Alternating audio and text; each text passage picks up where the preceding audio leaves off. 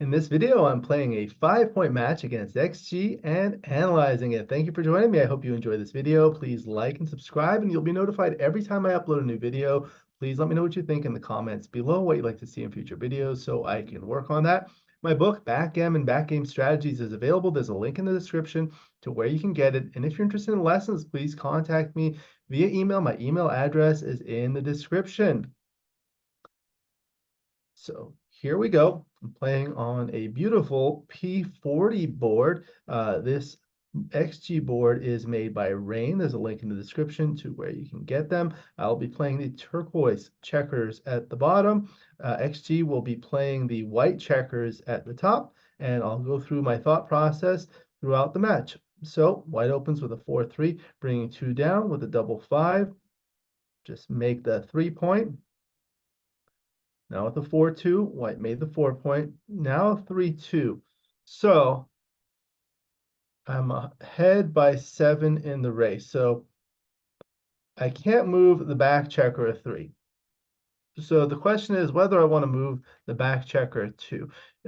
If I move the back checker 2, or if I do not, the only reasonable 3 is playing this down. Then it's a matter of whether I would like to, this would be too passive. So that's excluded. So I'm just going to bring one down and either play here or play here.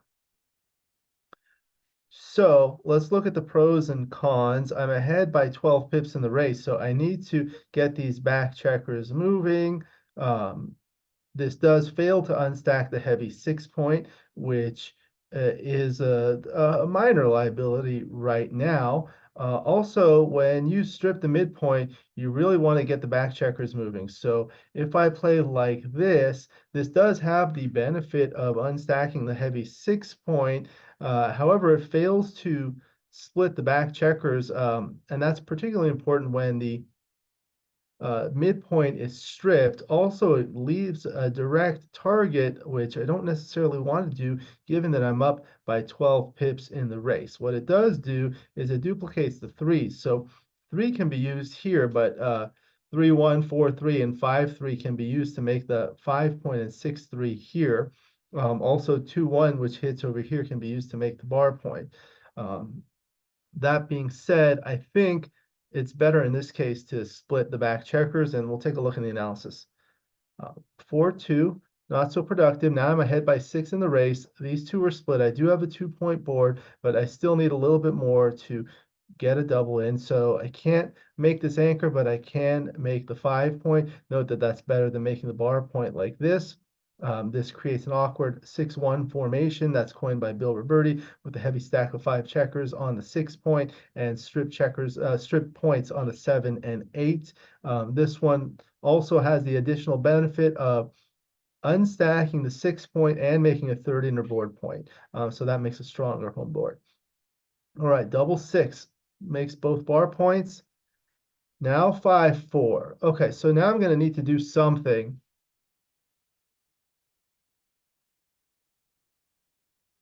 I can safety this and move back. I'm down by 5 pips, and white can attack here. The other thing I could do is just run all the way out, which leaves only 1 checker back. It does leave it a direct 3, but rolls like 3-1 can be used here, and 5-3 can be used here. So that's highly duplicated. This will be a good one to analyze, but I'll choose this one, and we'll see. He'll probably, oh, he might double. Yeah, it's a double, but I think if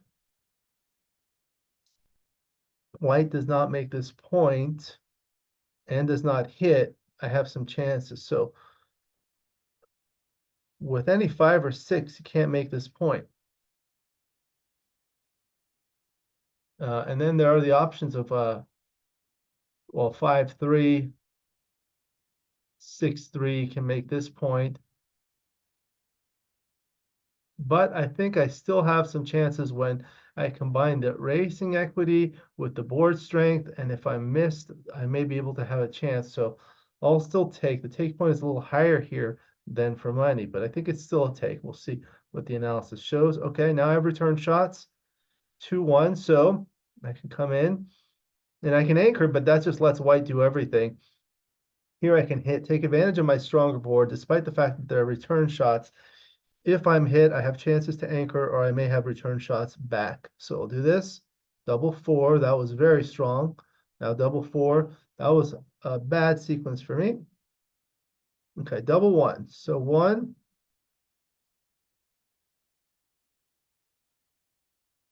Now, I want to probably slot this point to make it, and I want to move up so I'm not blitzed out and lose a gammon. Okay, so 6-4. I can play the 6 here and the 4, or I can run all the way. This will save some more gammons, but I think I have to do this.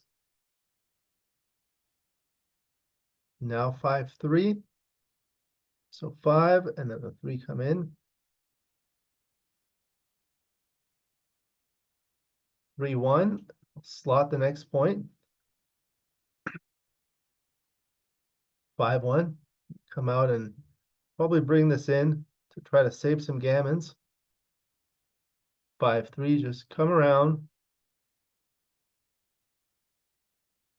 5-4.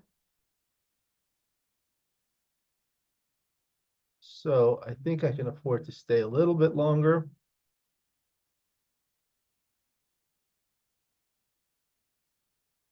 Just to at least slow down the bear off.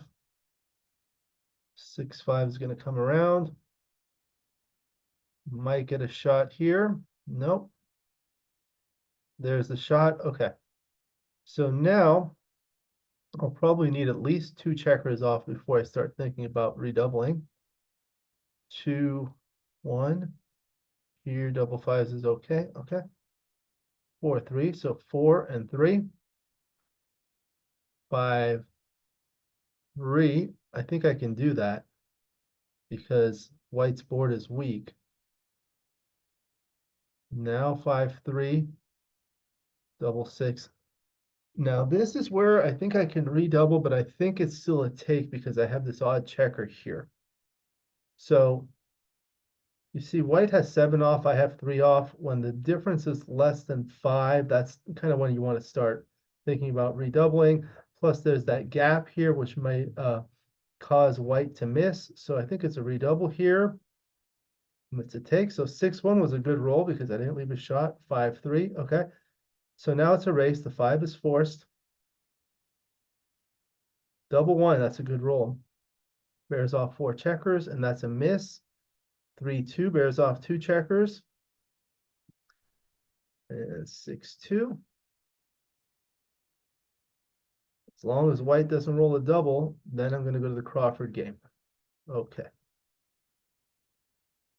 All right. So white starts with an opening 3-1. 5-4 is the worst possible reply because that's blocked. 6-3. All right. 6-1. I'm going to be able to make the bar point. It's a good blocking point. Now I can attack possibly. Doesn't look good. Don't have a lot of good options. Like I can go out here. This is somewhat of a distraction play, but here now I can be hit with 5s here and 6s, 3s, and 1s. Although this prevents white from making points with some of those numbers, like 6s, like 6-4, 6-2, 6-1, and 1s, like 6-1, 4-1, 2-1. And any 5s, like 5-3, 5-2. I think I'm just going to have to hit and split. Since white is odd away, I don't have to worry about gammon losses as much. Okay, so that worked. Okay, so 2-1. What I can do is like this. That leaves a 5, or I can do this. This works a lot better if I miss because I have numbers that make a solid 5 prime, whereas this also makes a 2-point board. It duplicates the 5s that enter and hit, but it fails to unstack. I think I'm going to try this one. Double 6, that worked out. So 3-1. So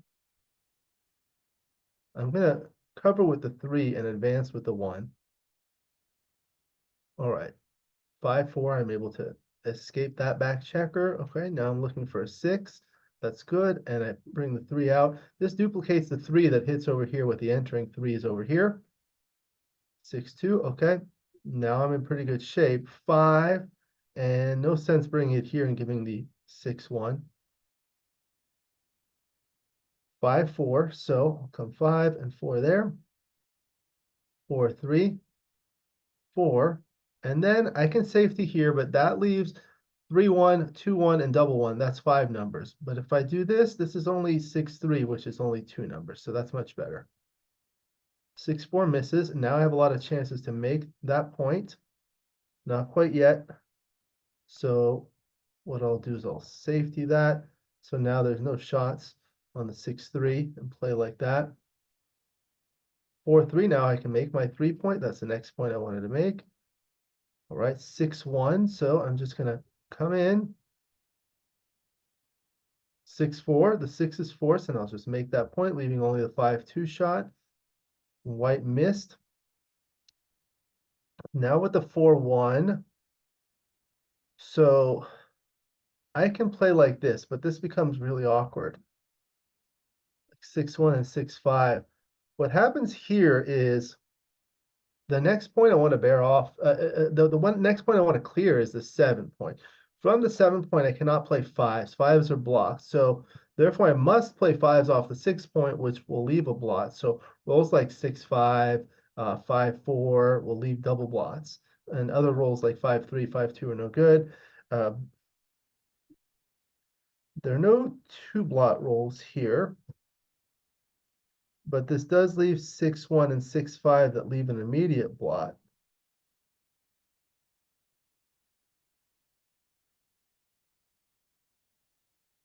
So this one, this does create this awkward stack here. But 6-5 is not as bad. 5-4 is not as bad, despite the fact that this leaves the gap here. I think it's better than doing this because really what I want to do next is bear in all my checkers. So after this, I have one problem left, one point to clear here. If I do the other one, I still have 1 point to clear before I've borne in all my checkers. So I think despite the fact that this looks ugly with the stack, I think that's what I'm going to do, but I'll be interested to see what the analysis says on this. Okay. Now 6-2, I can play that safely there. All right. 6-3, so I'll just play like that. Now 6 hits, I was missed, so 6-1 is forced. And now, barring any accidents, the 4-2 is not good. 6-4 will leave a bad shot there. Double 6 is a good roll. 3-1, now I might leave a shot next. Here's the shot. Nope, missed. All right, so that's going to be it. Now I'll analyze it. All right, we'll start with the first game. So I'll look at them with the arrows, the obvious plays. I'll kind of overlook. This is the one I was considering. There was the 3-2 where the 3 was down, and I was considering whether to slot the 4 like so, which results in this position, or make the play that I did, which was correct, split the back. What happens after slotting is it does duplicate some 3s, but it leaves a shot immediately that will send a third checker back, and that's going to be costly because I'm up ahead in the I'm ahead big in the race, despite the fact that it does unstack the 6-point, which is a minor liability, as I said. So next, the 3-1 was clear, and the 5-4. So this is the one where I was afraid of being doubled, so I had to look, and it looked like this one was actually the third option. This was the right play. The set, and that results in this position, which is what I chose. The other one was like this, just stepping under the gun, which looks dangerous, and it is dangerous. This is going to lose a lot of gammons here, but I'm glad I found the right play. So this was the double, and it was still a take. So what I like to do is look at it on a different board, and I'll pull this up in just a moment to see what happens with different types of scores, because the score is really important here. Here, this is 5 away, 5 away, the first game of a 5-point match. So what I like to do is look at what happens when there are other things uh, that that can occur. So like other scores. Let me just pull this up here.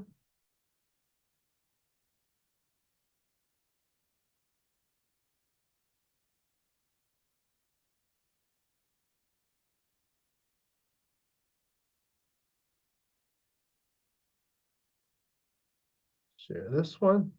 Okay, so this is the original position. Now I've pasted it here. Now let's see what happens at different scores. So let's say I'm down 5 away, 4 away. Now this is a stronger double. Let's see what happens here. Now it becomes a pass. Why is that? You see, this is what I call a one-way gammonish position, when one side is winning more gammons than the other. You see, white's winning 23% gammons, whereas blue or turquoise is only 6%. So a double gammon is very valuable at this score. You can see this by going to the cube information here, Control-Alt-K for cube, and you go to the gammon value. On a 2 cube, the gammon value for white as at 4 away is highly elevated, is 814, 0.814. For money, it's only 0.5. So you see, because a double gammon gets you the match perfectly. For blue at 5 away, 4 away, it's still elevated because it takes you to the Crawford game, but that's not as valuable as winning the match outright. So you have to think about that. So when white has 4 away, even if it's like 4 away, 4 away, let's see, this is going to be strong. This is a big pass too. Okay, uh, because blue lacks the recube vigorish. Blue's recube, you can't win the gammons, all that sort of stuff. If white's up by if white is behind 4 away, 3 away, now it becomes a bigger pass. And I believe at 4 away, 2 away, it might be too good. No, but it's almost too good. It's getting close. And at 3 away, 2 away, it's also probably a pass. There you go. What about when you're leading at 3 away, 5 away? So now when you're leading, it's not a double. And also at 3 away, 4 away, you don't want to double. It's a small no double. At 3 away, 3 away, this will become a strong double. Yeah, it's almost a pass. At 3 away, 3 away, you have to be a little bit more cautious as the taker, because losing a single game on a 2 cube gets your opponents the valuable Crawford score. And a double gammon wins the match with only one additional point of wastage or overage, what it's called. And at 2 away, 3 away, I don't think this is a double here. No, it's a blunder to double because it's an automatic redouble here. So that's one of the things I do anytime you're playing a match and then you're analyzing it. For the doubling decisions in particular, it's very useful to look at them at different scores. I saw someone ask a question on the social media forums recently about how to study matches, like how to get better at playing matches. And this is a really good way of doing it. You look at every single doubling decision that you have and change the score. So you can copy it and paste it onto a new board, change the score to see what happens. All right, let's continue. So next it was the 2-1. I had to come in and hit. Double 4 I danced, and then the 3-2 I came in with 1, and then the double 1. This is just saving things. There was nothing special here. What was the 5-3 here? Oh, the 5-3, it wanted me to come out here. Look at that.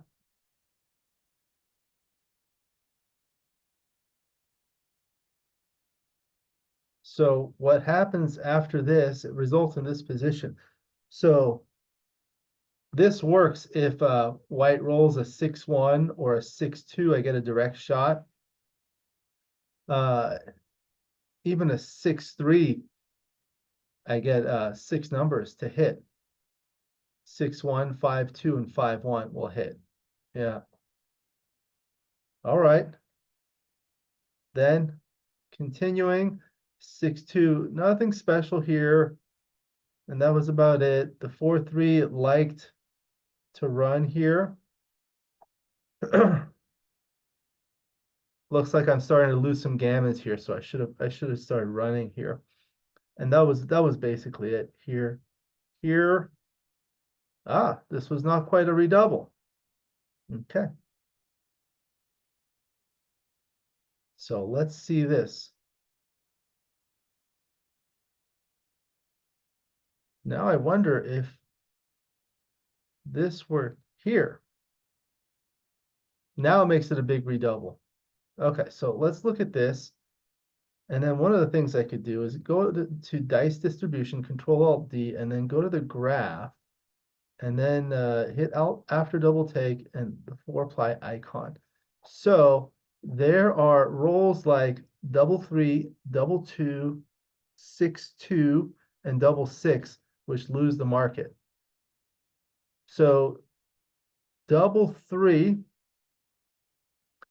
is played by taking off 3 checkers. 2-2 bears off 2 checkers. 6-6 bears off 4 checkers but leaves a blot. And 5-2 plays there. So if you look here, those are the only ones. But here I have a bad 5-4 and a 5-3. Okay, 6-5 is bad too. And 4-4 is not so good either. So there are not enough market losers here. But when you do this, now you look at the same thing. Now there are many more, and there are no really bad numbers here. Look at how many rolls are 1 or more. That's what I was thinking. I thought it was close. It wasn't quite close enough. And the score, I don't think will make a big difference here. Anyway, the 6-1, I played like that. 5-3 after he came out. And that was pretty much it. So that went to the Crawford game, and the Crawford game 1 away, 5 away Crawford. The 5-4 was not a good roll, 13. And then 6-1 was clear. And the 5-1, this was an interesting one because they didn't really have good options. So one of the things that this does is it results in this position. So you kind of look at the diversification of the opponent's rolls. So white is on the bar. White cannot come in with a 6. So if white comes in with another number that does not hit, such as a 5, 3, 2, or 1, and the other half of the number is a 6, for example, a 6-5, 6-3, 6-2, or 6-1, the 6s don't play quite well, especially with 6-2 and 6-1. Because if white rolls a 6-2 and 6-1, must come in with the 2 or the 1, and the 6 is awkward. However, if I don't hit and white rolls a 6-1, like let's say I play like this, 24-18, and white rolls a 6-1, can hit here. Or if I do something else like, let's see. I guess I would have to hit somehow if there's something safe, but 6-1 and 6-2 would otherwise be able to make this. So kind of have to hit. And then after you hit, the best use of the ace is with 24-23, which results in this position. Okay. So then the 6-4, 6-5. So this was the one that I was looking at. So you see, this was actually very clear. This would have been a blunder. This is something you look at, but then what happens is when you do this, it results in this position. What happens when you're not hit? This works a lot better. But here, if I'm not hit, I still have a lot of work to do to make this prime. Here, when I'm not hit, which was the case, it's very easy to fill this up. At least 20 numbers fill up, make the 5 point to make a solid 5 prime, right? So there's the ones and threes as well as the 6-2, double four, and double two. 24 numbers. Yeah. So that's what you want to think about, despite the fact that it leaves a blot on the board. All right, then the next 3-1. Oh, did it like playing both to the 5? Okay, they were close. Oh, it liked this one. Interesting. This gives a direct 6 to hit another blot. Okay, that's why it liked that one. But they were close. Then the 5-4 was good because I could run. The 6-3 was also good because I could hit and continue. Again, hitting and continuing was important because it duplicates the threes that hit and enter. Then it was the 5-1. Looks like this was close. Okay. It didn't mind leaving that immediate 6-3 because of white's weak front structure. Then the 5-4 was simple. 4-3 hit and bring one down. Better than that than continuing for the reasons I discussed. The 5-1 looked like it was close. Could have just played 10-4 here. Brought extra numbers to make the 3-point. Then the 4-3 was clear to make the 3-point. The 6-1 had to play safe. And the 6-4. Okay, so this was the one I was thinking about. Oh, look at that. So the 8-7, 8-4 was actually the second best play. The best play was like this, which results in this, that leaves the immediate 6-2. Ah, yes, I didn't think of this. So this leaves the immediate 6-2, but then I'm fine, especially when there's one checker on the bar. Okay. Should have thought of that one. Okay. All right, then the 6-2, 6-3. I don't think there was anything left.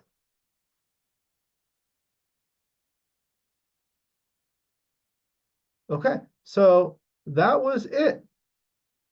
That was the match.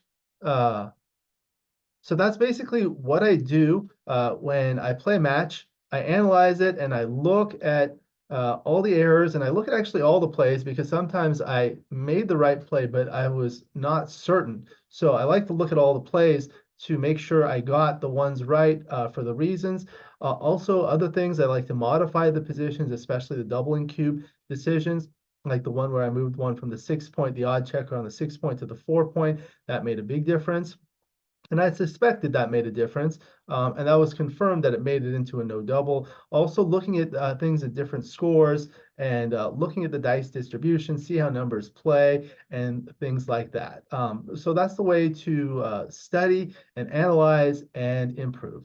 So thank you for joining me. I hope you enjoyed this video. Please like and subscribe, and you'll be notified every time I upload a new video. Please let me know what you think in the comments below, what you'd like to see in future videos so I can work on that. Again, my book, Backgammon, Backgame Strategies, is available. There's a link in the description to where you can get it.